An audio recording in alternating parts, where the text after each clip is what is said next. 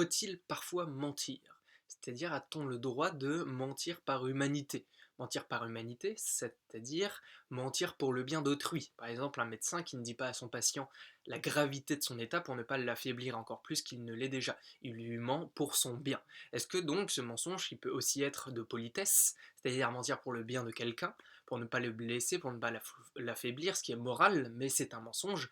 Est-ce que ce mensonge peut avoir lieu? Est-ce que le devoir nous impose de dire la vérité, la stricte vérité, que la vérité? Ou est-ce que le mensonge par humanité peut-il être une exception à ce devoir? Peut-on mentir si c'est pour le bien d'autrui? Ce problème a opposé le philosophe allemand Emmanuel Kant au philosophe français Benjamin Constant. Et Kant, tout d'abord, on va voir son point de vue, pose le problème à travers la situation suivante. Devons-nous dire la vérité à un criminel qui poursuit sa victime, la victime qui court, qui s'arrête devant notre porte, qui sonne, qui toque, nous la faisons rentrer. Puis, 5 minutes plus tard, le criminel arrive, nous savons que c'est un criminel, et il nous demande si on a vu cette personne qui est en l'occurrence la victime, qu'on a accueillie chez nous. Donc il pose cette situation-là pour donner son avis. Il le fait sur un prétendu droit de mentir par humanité. Et la position de Kant est simple, on ne doit jamais mentir, même par humanité, car le devoir de vérité, comme tous les devoirs chez Kant, est un impératif catégorique, c'est-à-dire un devoir absolu, total et complet, qui ne tient pas compte des circonstances ni des personnes.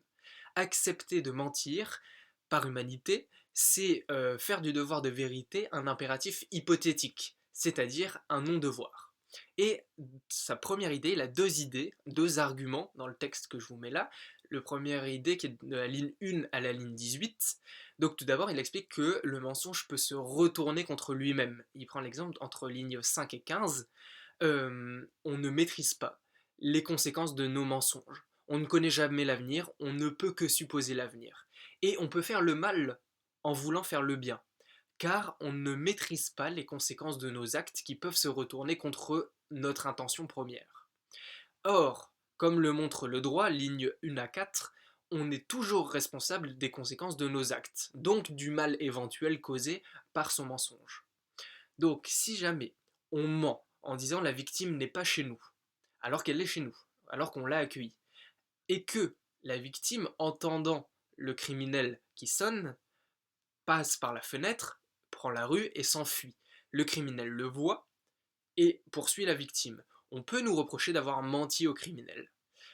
Et oui, c'est un peu bizarre, mais c'est comme ça. Alors je suis pas complètement d'accord avec Kant, même si normalement je devrais pas donner notre avis. Par contre, si on n'avait pas menti, si on avait dit au criminel, bah oui, la victime est là, et bah on ne peut pas, a priori, être responsable des conséquences quand on accomplit strictement notre devoir. C'est-à-dire qu'au tribunal, pour Kant, on ne pourrait pas nous reprocher d'avoir dit la vérité au criminel. On ne peut pas nous reprocher de n'avoir pas menti. Donc, parce qu'en fait, on ne peut pas reprocher à quelqu'un d'agir moralement, et pour Kant, le devoir de vérité est un devoir absolu. Alors, ça peut être mis en question. Sa deuxième idée, qui est de la ligne 18 à la ligne 21, la société serait impossible sans le devoir de vérité. Effectivement, on pourrait penser l'inverse, on va voir avec Benjamin Constant juste après que c'est l'inverse, que l'inverse est aussi possible, hein. C'est-à-dire que si on disait tout le temps la vérité, la société ne tiendrait pas, parce que l'homme est susceptible, et puis voilà, la société repose beaucoup sur le mensonge, et en fait, Kant nous explique que la société repose d'abord sur le devoir de vérité, et que, par exemple, je considère que la voiture qui m'est vendue et que j'achète est conforme à la description que le vendeur m'a faite. Je considère que la viande que j'achète au boucher n'est pas avariée, je n'ai pas besoin de vérifier. Voilà, le vendeur considère que l'acheteur, de la même manière, le payera en entièreté de la somme. Donc, pareil dans une relation amicale ou une relation amoureuse, on considère que l'autre ne nous mentira pas, ne nous trompera pas, que voilà, il y a une réciprocité. Et donc, le devoir de vérité présuppose que son interlocuteur ne nous ment pas. C'est la même chose dans une relation professeur-élève. L'élève, presque aveuglément, hein, considère que le professeur lui apprend des choses vraies. Et donc, la vie en société est faite du rapport à l'autre, un rapport qui est surtout contractuel, c'est-à-dire fondé sur un contrat, que ce soit un contrat juridique, un mariage ou un contrat moral, qui soit explicite, un contrat écrit ou implicite. Or, le contrat est un accord entre une ou plusieurs personnes par lequel elles s'obligent envers l'une ou l'autre à faire ou ne pas faire quelque chose. Donc un tel accord n'est possible que si aucune des parties en contractant, c'est pourquoi la société serait impossible, décidait de lui-même s'il pouvait ou non mentir. Donc comme on est dans une société contractuelle, on ne peut pas mentir. Et donc le mensonge par humanité, faut-il parfois mentir? Pour Kant, non, il ne faut pas parfois mentir. De l'autre côté, la position de Benjamin Constant est oui, il faut parfois mentir. On doit pouvoir mentir par humanité si c'est moralement nécessaire. Et un mensonge qui a priori est immoral peut devenir quelque chose de moral si c'est pour le bien d'autrui. Et donc ce premier argument, c'est que le mensonge par humanité est conforme au devoir et conforme à la morale, ligne 7 à 11. Il donne une nouvelle définition, ligne 7 à 10 du devoir.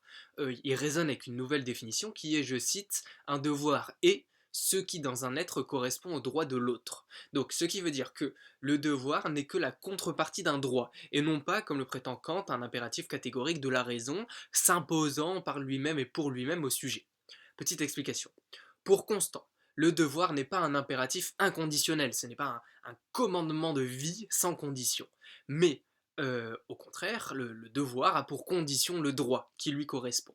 Par conséquent, le devoir n'est pas indépendant des circonstances, mais il en dépend. C'est à la raison, c'est à nous de réfléchir, de déterminer en fonction des circonstances qui a moralement droit ou non à la vérité. Tout le monde, on ne doit pas la vérité à n'importe qui. Et donc, pour l'appliquer au problème exposé par Emmanuel Kant, par conséquent, celui qui cherche à nuire à autrui ne peut faire qu'un mauvais usage de la vérité, se plaçant dans l'immoralité. Et donc, il n'a pas le droit, il n'a pas le droit moral à la vérité. On ne la lui doit pas, et on peut même donc mentir pour l'empêcher d'agir. Et son second argument, qui est un peu le même argument que Emmanuel Kant, où il disait que la société est impossible si on a le droit de mentir, et là, quand Benjamin Constant répond, la société est impossible si on n'a pas le droit de mentir, elle serait impossible si le devoir de vérité était absolu. Ligne 1 à 6. Bah, si l'on ne veut pas, dans nos relations humaines, mentir, on va vexer nos amis. On ne dit pas à notre ami que le repas qu'il a mis 3 heures à cuisiner n'est pas bon du tout. On lui dit au contraire, c'est très bon, c'est assez bon, pour lui faire plaisir. Ce sont des mensonges nécessaires dans les relations humaines. Et donc là, le malfaiteur verrait son action facilitée. Les malfaiteurs, de manière générale, verraient leur action facilitée si le devoir de vérité était inconditionnel et s'imposait tout le temps. Donc la vérité doit parfois être refusée, parce que sinon le mal se développerait et mettrait en péril la vie sociale. Et d'autre part, bah, dans les relations humaines nécessitent une part d'hypocrisie.